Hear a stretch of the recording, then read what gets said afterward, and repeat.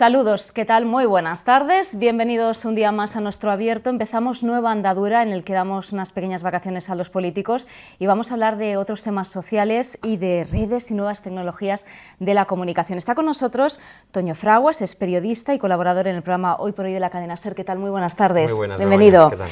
José Castro, traductor, corrector de estilo, formador y redactor creativo. ¿Qué tal? Muy buenas tardes. Muchas gracias, buenas tardes.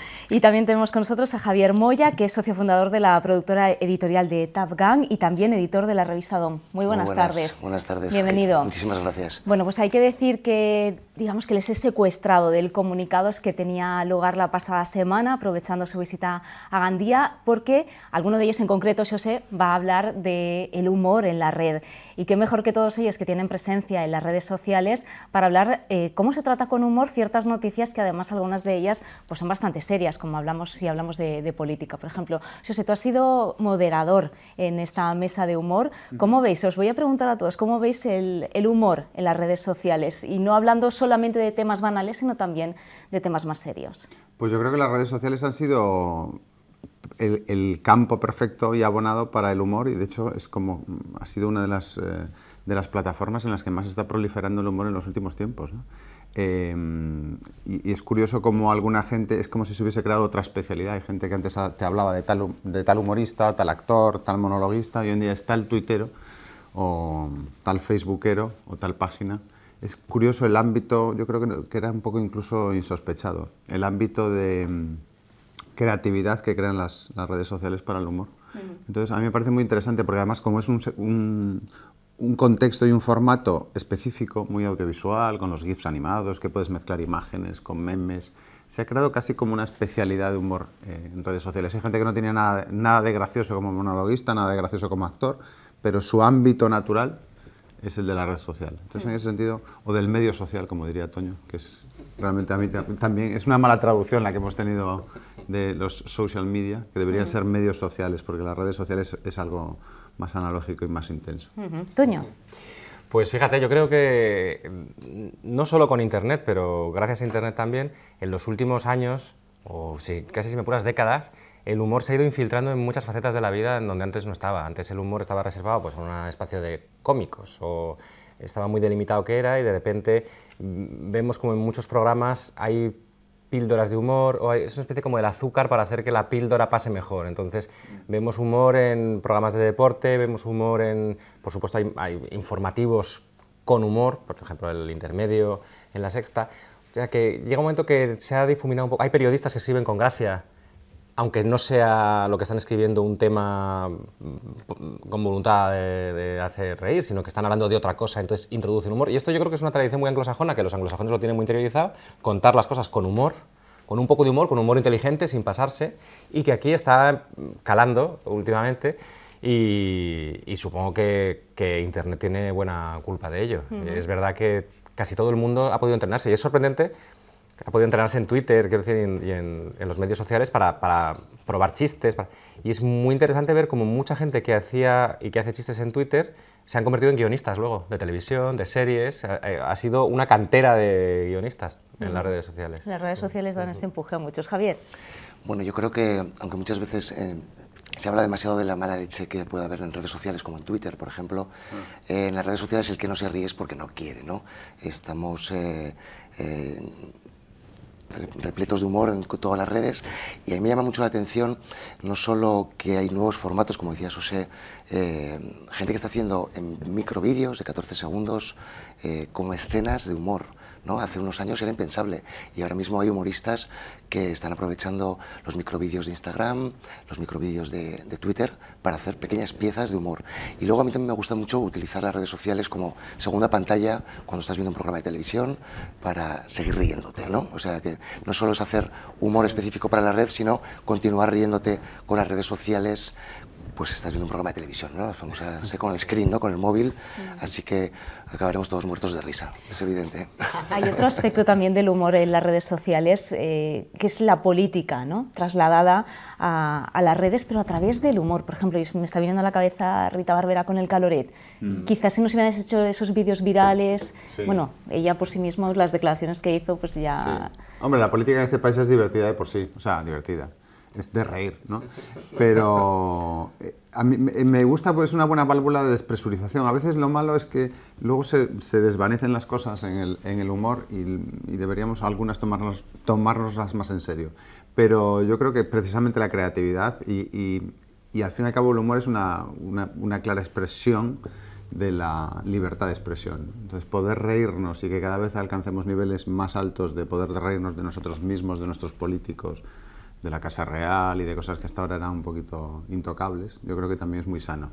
Muy curioso eso que dices, porque a veces los partidos políticos, organizaciones serias, instituciones, lanzan una campaña en redes sociales con un hashtag determinado, una etiqueta, y quieren trasladar un mensaje. Y entonces los tuiteros se apropian de la etiqueta y la convierten en absolutamente lo contrario. Sí. O sea, es imposible controlar en Internet Sí. el mensaje. O sea, antiguamente, hace décadas, las instituciones sí tenían muy fácil lo de controlar el mensaje. Yo digo esto y había solo un canal de comunicación y era vertical, de arriba a abajo. Y eso era lo que se...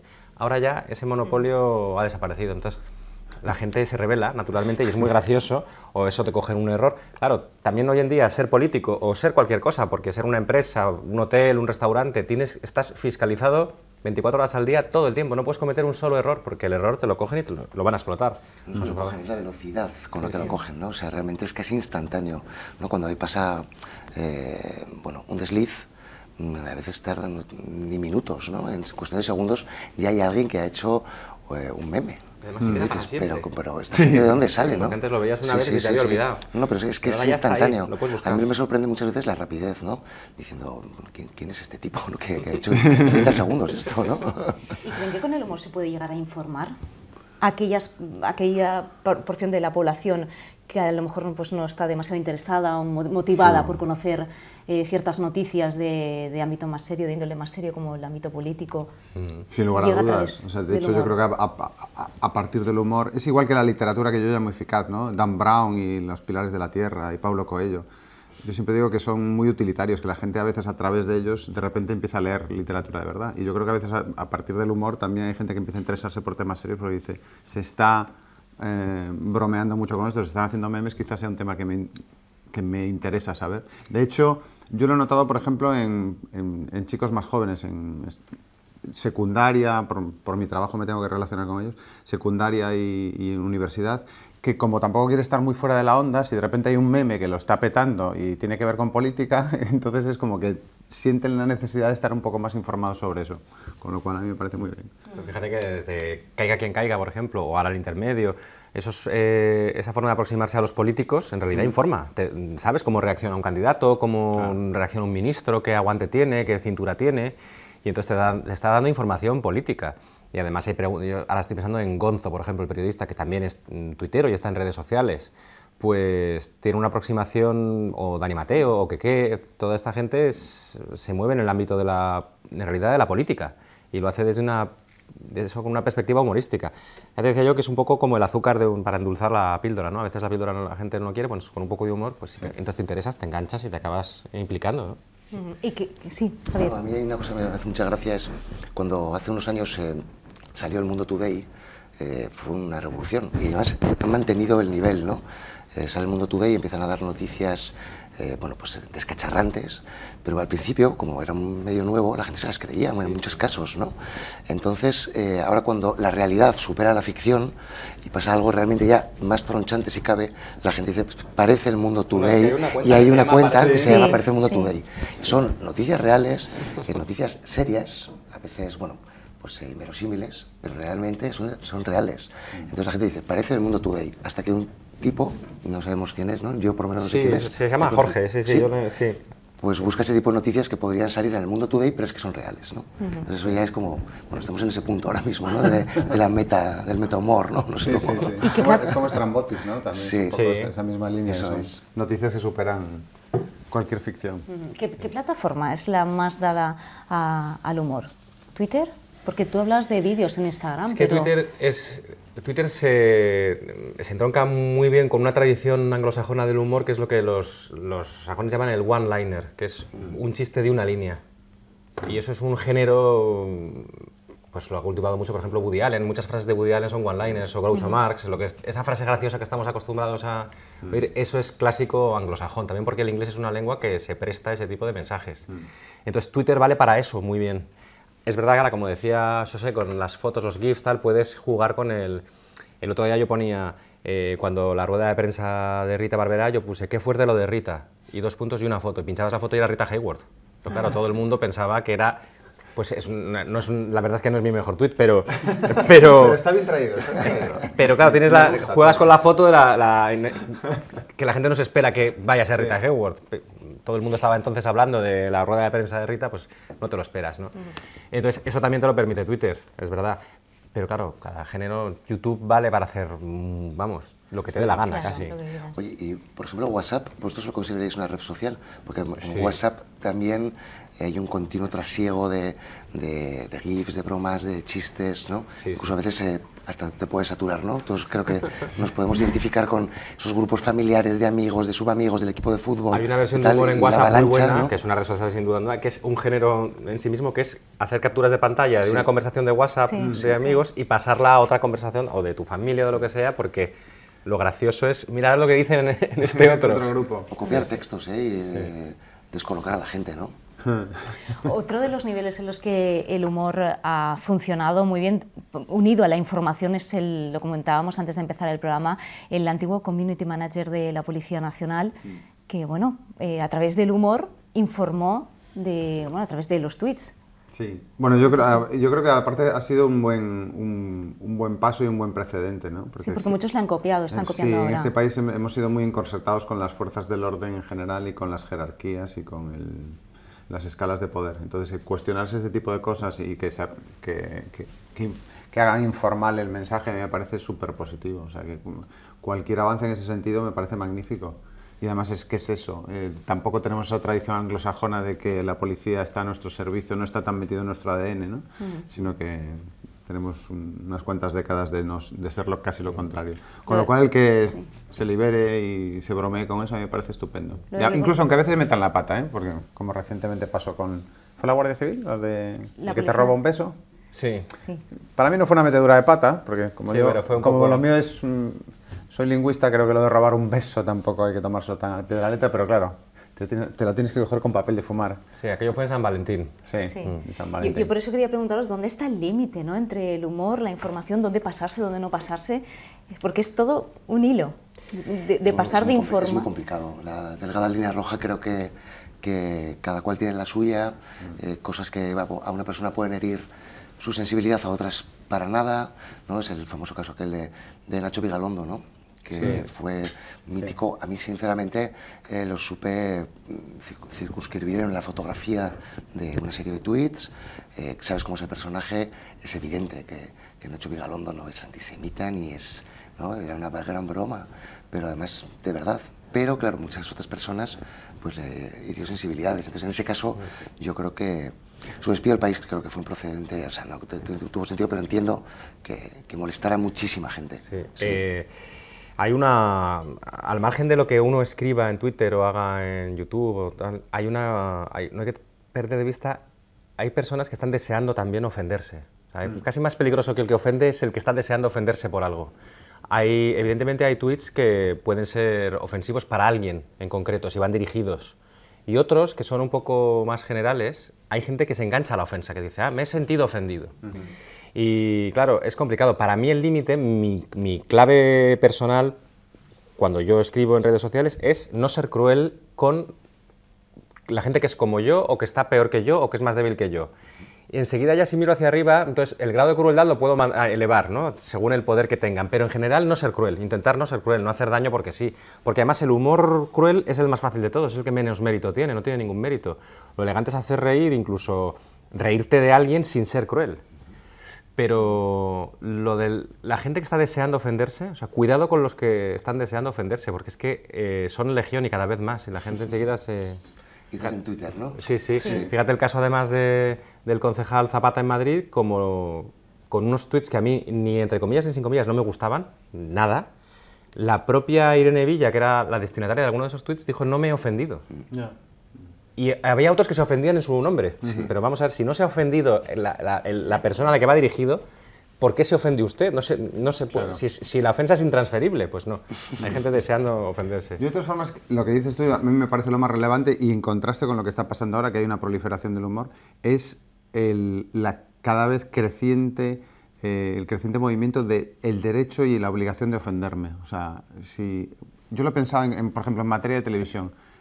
La programación de televisión de los años 80, y volvemos a Televisión Española, la pones ahora y te cierran televisión. Sí, claro. O sea, tenemos una capacidad de escandalizarnos en estos momentos, nos hemos vuelto unos mojigatos, unos tiquismiquis, pues yo creo que es como una especie o como que se denuncia todo más. Es un defecto primermundista, ¿no? Es como... Yo me estoy acordando de La Bola de Cristal, una canción de Alaska subida en una peana con una sierra eléctrica, cantando "Quiero ser santa, quiero ser beata". Sí. Eso era programación infantil, y aquí estamos y vamos. Sábado por la Bueno, mañana. aquí estamos más o menos, así hemos salido. ¿No? Pero bueno, será sábado por la mañana, sí, no había ningún problema, no pasaba nada. Y aparte la confusión de me ofendo, pero no, esto es humor, pero da igual, porque o sea, se trata el humor, o se trata la cultura, o se trata una obra de teatro, o se trata unos títeres, como si fuera todo lo mismo, como si lo hubieras dicho en un informativo, ¿no? O sea, no, me ofende. Entonces es como... Yo, en cambio, el humor no... Claro, es muy delicado, porque para mí el humor no tiene límites, ¿no? Aunque, como decía Woody Allen, yo creo que es una mezcla de momento y distancia, ¿no? Efectivamente, yo creo que nos podemos reír incluso de los que están por debajo. Todo depende de cómo te rías, pero la crueldad es lo que más se nota. Pero a mí me indigna esa fácil ofensa que tiene alguna gente, o sea, inmediatamente. Y que es paradójico porque al mismo tiempo y paralelamente hay una proliferación del humor brutal. También yo creo que Twitter, concretamente, fomenta mucho, lo describió una divulgadora científica como una gran cascada de mermelada, ¿no? Como algo que viene y es pegajoso y luego no sabes ni cómo sacarlo, ¿no? Pero, y también como dicen algunos jueces, en Twitter se está cometiendo cada segundo un montón de delitos que es imposible controlar, ¿no? Y a veces hay una ofensa fácil, enmascarada. Es muy fácil hacer daño en redes sociales. Solo pones arroba y el nombre de alguien y dices cualquier barbaridad y te vas, ¿no? Sí, encima anónimamente, porque te pones un avatar y tal. Luego, yo creo que también Twitter tiene sus propias reglas, hay una serie de tweet stars o personas con mucha influencia también en el ámbito del humor en Twitter, y hay un tipo de humor que creo que es muy de Twitter, y hay un tipo de humor que quizás puede ser de Facebook, que gusta a muchísima gente, porque, no sé, la primera cuenta que me sale es Cabronazi, ¿no?